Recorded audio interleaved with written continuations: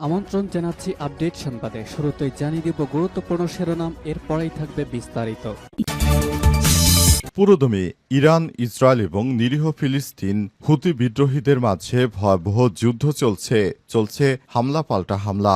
এরই মাঝে আমাদের হাতে এসে পৌঁছেছে এই যুদ্ধের সর্বশেষ গুরুত্বপূর্ণ সবথেকে তাজা আপডেট সংবাদ আপনাদের জানিয়ে দিব।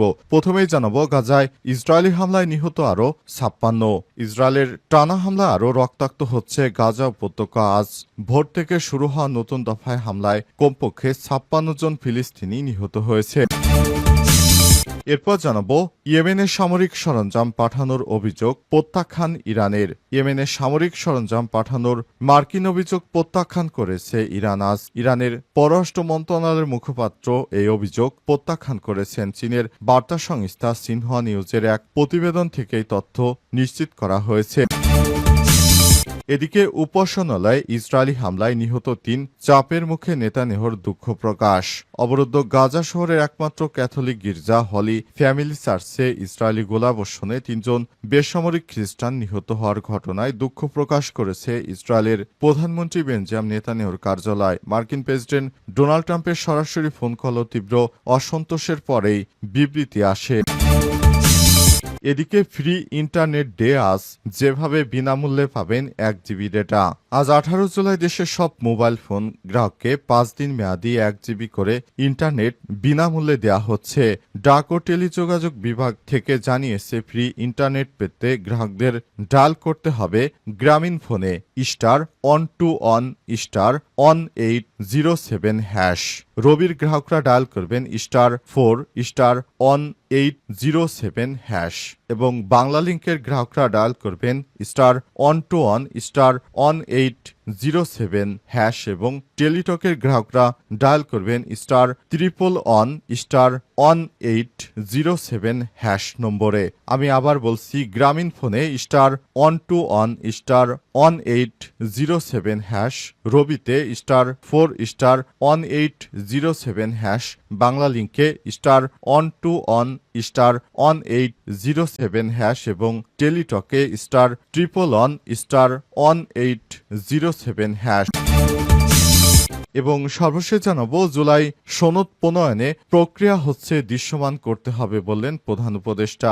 জুলাই সনদ প্রণয়নে প্রক্রিয়াটি যেন স্বচ্ছ ও জনগণের কাছে দৃশ্যমান হয়, এমন নির্দেশনা দিয়েছে জাতীয় ঐক্যমত্য কমিশনের প্রধান উপদেষ্টা অধ্যাপক ডক্টর মোহাম্মদ ইউনূস। প্রিয় দর্শক, এতক্ষণ শুনছিলেন সংবাদ শিরোনাম, এবারে বিস্তারিত। তবে তার আগে বন্ধুরা, অনুরোধ থাকবে এই সংবাদটিতে একটি লাইক দিন। এই চ্যানেলে আপনি নতুন হয়ে থাকলে আমাদের সংবাদটি দেখতে দেখতে চ্যানেলটি সাবস্ক্রাইব করে রাখুন। কমেন্ট করে বন্ধুরা আপনার মূল্যবান মতামত জানিয়ে দিন আপনি বিশ্বের কোন দেশ থেকে বা বাংলাদেশের কোন স্থান থেকে আমাদের সংবাদটি দেখছেন এবং শুনছেন। আর বন্ধুরা, গাজা যুদ্ধে আপনি যদি নিরীহ ফিলিস্তিনিদের ভালোবেসে থাকেন, কমেন্টে ইয়েস লিখে বিশ্ববাসীকে জানিয়ে দিন। সংবাদটি আপনার সোশ্যাল মিডিয়া ফেসবুকে শেয়ার করে বন্ধুদেরও দেখার সুযোগ করে দিন। এবারে বিস্তারিত। গাজায় ইসরায়েলি হামলায় নিহত নতুন করে 56। ইসরায়েলের টানা হামলায় রক্তাক্ত হচ্ছে গাজা উপত্যকা। বৃহস্পতিবার 17 জুলাই ভোর থেকে শুরু হওয়া নতুন দফার হামলায় কমপক্ষে 56 জন নিরীহ ফিলিস্তিনি নিহত হয়েছে। এদিকে গাজার একমাত্র ক্যাথলিক চার্চে ইসরায়েল ট্যাঙ্ক হামলায় 3 জন নিহত এবং 10 জন আহত হয়েছে। এই হামলার ঘটনায় আন্তর্জাতিক অঙ্গনে তীব্র প্রতিক্রিয়া ও নিন্দা ঝড় উঠছে। গাজার স্বাস্থ্য মন্ত্রণালয়ের তথ্য মতে 2023 সালের 7 অক্টোবর হামাসের হামলার পর শুরু হওয়া ইসরায়েলি অভিযানে এখন পর্যন্ত 58,667 জন ফিলিস্তিনি প্রাণ হারিয়েছে। আহতদের সংখ্যা প্রায় 1,40,000-এর কাছাকাছি পৌঁছেছে। উল্লেখযোগ্যভাবে বৃহস্পতিবার গাজার উত্তর অঞ্চলের তেভাম এলাকায় মানবিক সহায়তা নিরাপদে পৌঁছে দেওয়ার দায়িত্বে থাকা ফিলিস্তিনিদের লক্ষ্য করে চালানো ড্রোন হামলায় বহু প্রাণহানির ঘটনা ঘটে। নিহতদের মরদেহ গাজা শহরের শিফা হাসপাতালে নিয়ে আসার সময় কান্নায় ভেঙে পড়েন স্বজনরা। এছাড়াও সিরিয়ার দক্ষিণ অঞ্চলেও সোয়াইদা এলাকায় ইসরায়েলি বিমান হামলার খবর খবর পাওয়া গেছে। যদিও সেখানে সম্প্রতি দ্রুজ ও বেদুইন সম্প্রদায়ের মধ্যে চলমান সংঘর্ষ থামাতে যুদ্ধবিরতির চেষ্টা চলছে। হামাসের 2023 সালের 7 অক্টোবর আকস্মিক হামলায় ইসরায়েলে 1139 জন নিহত হয়। 200 জনের বেশি ইসরায়েলি নাগরিককে জিম্মি করে গাজায় নিয়ে যাওয়া হয়। গাজার উপর ইসরায়েলের দীর্ঘমেয়াদী অবরোধ ও সামরিক অভিযান এখনও চলমান রয়েছে, যেটি হচ্ছে হামাসদের শিক্ষা দেওয়ার জন্য ইহুদিরা এখনও সেই হামলা অব্যাহত রেখেছে এবং নিরীহ ফিলিস্তিনিদেরকে হত্যা করছে। ইয়েমেনের সামরিক সরঞ্জাম পাঠানোর অভিযোগ প্রত্যাখ্যান ইরানের। ইয়েমেনের সামরিক সরঞ্জাম পাঠানোর মার্কিন অভিযোগ প্রত্যাখ্যান করেছে ইরান। আজ ইরানের পররাষ্ট্র মন্ত্রণালয়ের মুখপাত্র এ বিষয়ে প্রত্যাখ্যান করেছেন। এক প্রতিবেদনে চীনা বার্তা সংস্থা সিনহুয়া বলেছে, ইরানের পররাষ্ট্র মন্ত্রণালয়ের মুখপাত্র ইসমাইল বাঘাই মার্কিন কেন্দ্রীয় কমান্ড সেন্টকমের দাবি ইয়েমেনি ন্যাশনাল রেজিস্ট্যান্স ফোর্সেস বা এনআরএফ এর নামে পরিচালিত একটি সামরিক গোষ্ঠীকে ইয়েমেন ভিত্তিক হুতিদের জন্য বিশাল ইরানি অস্ত্রের চালান আটক করেছে কে ভিত্তিহীন ও ইরান বিরোধী প্রচারণার অংশ বলে প্রত্যাখ্যান করা হয়েছে।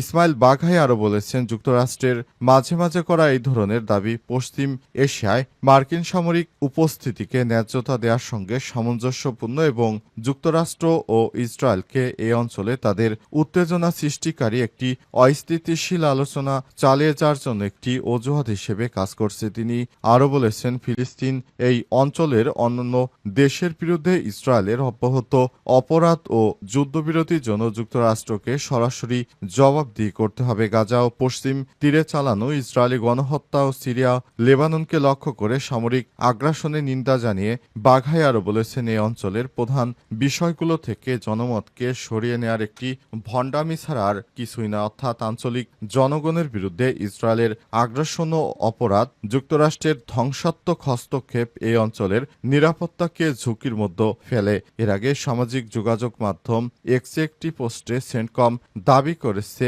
এনআরএফ বাহিনী 750 জনের বেশি যুদ্ধাস্ত্র ও হার্ডওয়্যার শব্দ করেছে, যার মধ্যে শত শত উন্নত ক্রুজ জাহাজ বিধ্বংসী ও বিমান বিধ্বংসী ক্ষেপণাস্ত্র, ওয়ারহেড এবং শিকার উপাদানের পাশাপাশি শত শত ড্রোন ইঞ্জিন, বিমান প্রতিরক্ষা সরঞ্জাম, রাডার সিস্টেম এবং যোগাযোগ সরঞ্জাম রয়েছে।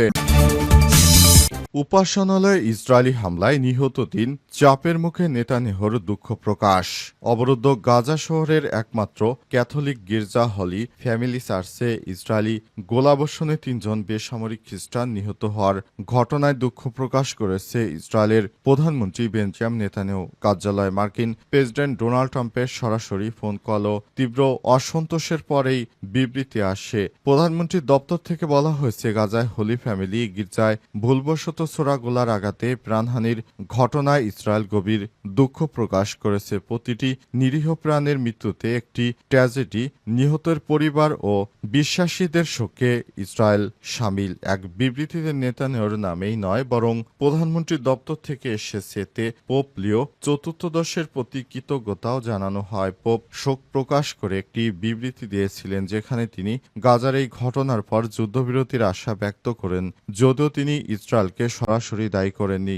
18 জুলাই সংবাদ মাধ্যম দ্য টাইমস অফ ইসরায়েলে প্রকাশিত এক প্রতিবেদনে এই তথ্য জানানো হয়। হোয়াইট হাউসের প্রেস সেক্রেটারি ক্যারোলিন লেভিট সাংবাদিকদের জানান, ট্রাম্প বৃহস্পতিবার সকালে এই ঘটনা আনতে পেরে নেতানিয়াহুকে ফোন করেন এবং কড়া প্রতিক্রিয়া জানান। লেভিট আরও বলেন, প্রেসিডেন্টের প্রতিক্রিয়া ইতিবাচক ছিল না। ফোনালাপে নেতানিয়াহু সম্মত হন যে এটি ভুলবশত হয়েছে এবং সে অনুযায়ী বিবৃতি দেবেন। ইসরায়েলি সেনাবাহিনী আইডিএফ জানায়, গাজা শহরের সামরিক অভিযান চলাকালে একটি ট্রাঙ্ক শেলের টুকরো ভুল করে গির্জাটিতে গিয়ে লাগে। তারা আরও বলছে, এই ঘটনার একটি প্রাথমিক তদন্ত থেকে দেখা গেছে অভিযান চলাকালে ছোড়া শেলের খণ্ডিত অংশ গাজায় আঘাত হানে। ঘটনাটি অনিচ্ছাকৃত এবং এর তদন্ত চলছে। জানাবো, জুলাই সনদ প্রণয়নে প্রক্রিয়া স্বচ্ছ দৃশ্যমান করতে হবে বললেন প্রধান উপদেষ্টা। জুলাই সনদ প্রণয়নে প্রক্রিয়াটি যেন স্বচ্ছ এবং জনগণের কাছে দৃশ্যমান হয়, এমন নির্দেশনা দিয়েছেন জাতীয় ঐক্যমত্য কমিশনের প্রধান উপদেষ্টা অধ্যাপক ডক্টর মোহাম্মদ ইউনূস। রাষ্ট্রীয় অতিথি ভবন যমুনায় অনুষ্ঠিত কমিশনের এক গুরুত্বপূর্ণ বৈঠকে এসব কথা বলেছেন অন্তর্বর্তীকালীন সরকারের প্রধান উপদেষ্টা। কমিশনে চলমান কার্যক্রম এবং অগ্রগতি সম্পর্কে প্রধান প্রধান উপদেষ্টাকে অবহিত করেন সদস্যরা। তারা জানিয়েছেন, অন্তর্বর্তীকালীন সরকারের প্রধান উপদেষ্টা প্রফেসর ডক্টর মোহাম্মদ ইউনূস যেভাবে এগিয়ে যাচ্ছেন, তিনি বাংলাদেশটাকে খুবই সুন্দর একটি জায়গায় নিয়ে যেতে পারবেন। কারণ দেশ জুড়ে বাংলাদেশের মানুষজন যেভাবে অন্তর্বর্তীকালীন সরকারকে ভরসা করেছে, তার উপর অর্পিত দায়িত্ব তিনি ঠিকভাবে পালন করতে পারবেন। জুলাই অভ্যুত্থানের সময় অনেকেই মনে করেছিল অদৃশ্য শক্তির কারণে এই জুলাই সনদ দেওয়া হবে না। তবে অন্তর্বর্তীকালীন সরকারের কাছ থেকে প্রতিশ্রুতি দেওয়া হয়েছে যে জুলাই সনদ সঠিক সময়ে দিয়ে দেওয়া হবে। অন্তর্বর্তীকালীন সরকারের প্রধান উপদেষ্টা প্রফেসর ডক্টর মোহাম্মদ ইউনূস দায়িত্ব গ্রহণের পর তিনি একে একে চমক দেখাতে শুরু করেছেন। তিনি এখন বাংলাদেশের বৈদেশিক ঋণের পরিমাণ 30 বিলিয়ন মার্কিন ডলারে উন্নীত করেছেন, যেটি দেশের জন্য খুবই আশাজনক ব্যাপার। কারণ অন্তর্বর্তীকালীন সরকার এত অল্প সময়ের মধ্যে রিজার্ভকে এই পর্যায়ে নিয়ে যাবেন, সেটি কল্পনার অতীত ছিল। এছাড়াও তিনি বিভিন্ন সময়ে বাংলাদেশের জন্য গুরুত্ব সময়ে যে সব ব্যবস্থা গ্রহণ করছেন, সেটি সত্যি প্রশংসার। এছাড়াও তিনি বাংলাদেশের নামকে বিশ্বের অনন্য উজ্জ্বলতায় নিয়ে গেছেন। অন্তর্বর্তীকালীন সরকারের প্রধান উপদেষ্টা প্রফেসর ডক্টর মোহাম্মদ ইউনূস জুলাই সনদ প্রক্রিয়াটি খুব সুন্দরভাবে তিনি দিয়ে যেতে পারবেন, এমনটা জানানো হয়েছে।